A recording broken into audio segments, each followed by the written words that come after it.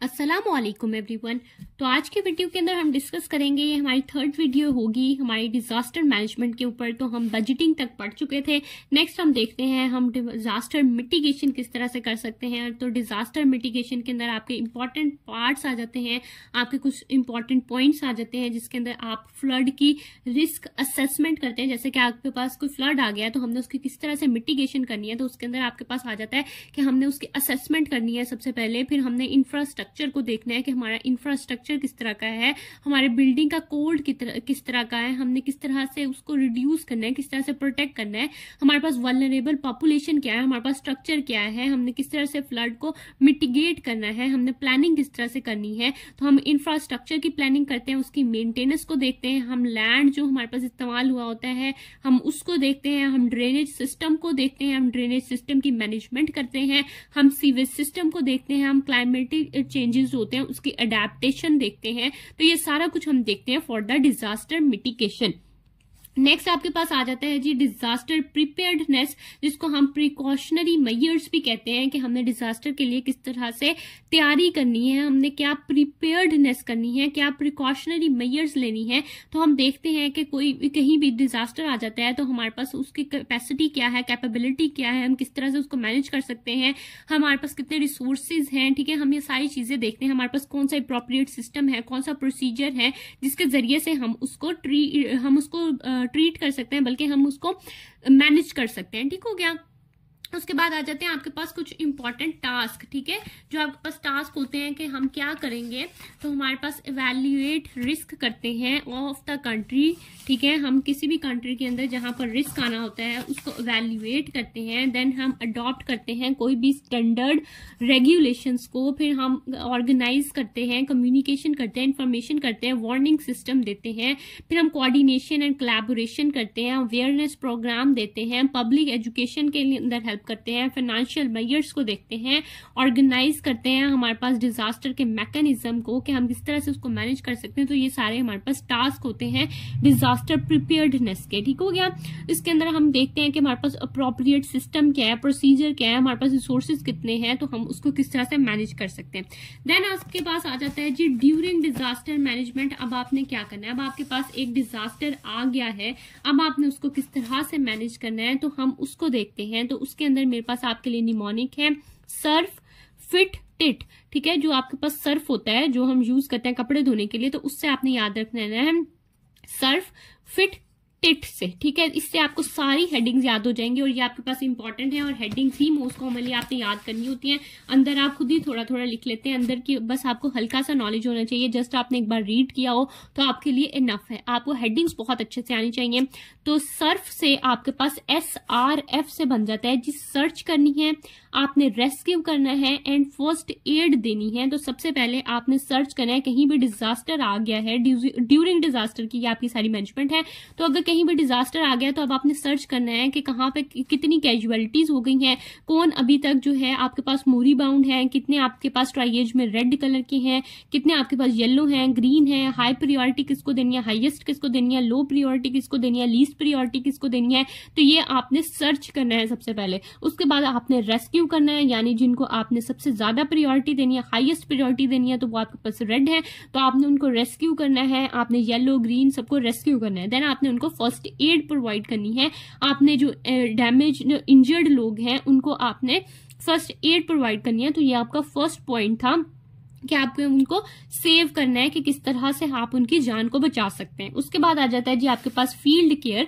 तो field care आपके पास आ गया फिट। फिट के अंदर F से आपके पास सबसे पहले आ गया जी फील्ड केयर। तो फील्ड केयर के अंदर क्या करना है, जो भी आपके पास इंजर्ड लोग होते हैं, तो मोस्टली इंजर्ड लोग जो है वो आपके पास खुद ही आ जाते हैं। तो फील्ड केयर के अंदर आपने देखना है कि आपके पास कितने बेड्स अवेलेबल हैं, कितनी आपके पास सर्जिकल सर्विसेज अवेलेबल हैं, आप कितना फूड एंड शेल्टर प्रोवाइड कर सकते हैं लोगों को, मैक्सिमम लोगों को। That is known as the field care. उसके बाद आ जाता है जी फिट के आई के साथ आपके पास आ जाता है जी इंफॉर्मेशन सेंटर। तो आपके पास एक इंफॉर्मेशन सेंटर भी होना चाहिए।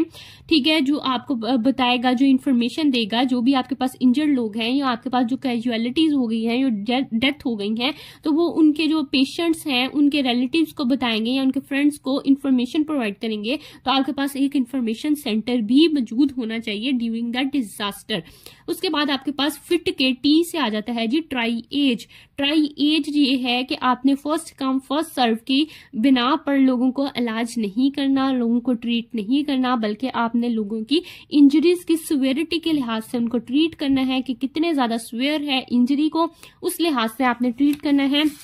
इसके अंदर कुछ इंपॉर्टेंट टर्म्स होती हैं जो आपके लिए बहुत इंपॉर्टेंट है, तो आपने उनको बहुत अच्छे से करना है। सबसे पहले हमारे पास आ जाती है जी ट्राइएज सीव आपके पास। तो ये क्या होता है, ये एक क्विक सर्वे होता है जो सेपरेट करता है आपके पास डेड को और जो वॉकिंग इंजर्ड हैं उनको, यानी जो लोग मर चुके हैं और जो लोग इंजर्ड हैं उनको आप सेपरेट करने के लिए जो प्रोसीजर इस्तेमाल करते हैं, जो क्विक सर्वे होता है, दैट इज ट्राइएज सीव। उसके बाद आपके पास आ जाता है जी ट्राइएज सॉर्ट। ट्राइएज सॉर्ट क्या होता है, ये आपके पास बहुत इंपॉर्टेंट SCQ है, बहुत इंपॉर्टेंट है, आपने इसको बहुत डिटेल्स और बहुत अच्छे से करना है। उसके बाद आ जाता है जी आपके पास ट्राइएज सॉर्ट। अब आपने इसको सॉर्ट आउट करना है, रिमेनिंग कैजुअलिटीज को असेस करना है एंड एलोकेट करना है अकॉर्डिंग टू द कैटेगरीज, तो that is known as a triage sort. उसके बाद आपके पास आ जाता है जी ट्राइएज सिस्टम, जिसके अंदर मोस्ट कॉमन आपके पास 4 कलर के कलर कोड होते हैं। फर्स्ट आपके पास आ जाता है जी रेड कोड, जो आपके पास हाईएस्ट प्रायोरिटी होती है, जो सबसे ज्यादा इंजर्ड लोग होते हैं। देन आपके पास येलो आ जाता है, जो आपके पास हाई प्रायोरिटी होती हैं। उसके बाद आपके पास ग्रीन आ जाता है, जो आपके पास एम्ब्यूलेटरी होते हैं, यानी जिनको थोड़ी बहुत इंजरीज आई होती हैं, that are of the low priority. और उसके बाद आपके पास ब्लैक आ जाते हैं, जो आपके पास मूरी बाउंड होते हैं, यानी जो आपके पास अबाउट टू डेथ होते हैं, तो उनको आप लीस्ट प्रायोरिटी देते हैं। तो ये आपके पास ट्राइएज का सिस्टम था और ट्राइएज के 3 इंपॉर्टेंट पॉइंट्स थे, triage sieve, triage sort and triage system. ये आपकी पार्क की बुक में बहुत अच्छा लिखा हुआ है, मैंने सारा ये आपका पार्क से बुक से ये लिया है, तो आपने इनको अपनी बुक पर लिख लेना है, दैट इज इंपॉर्टेंट।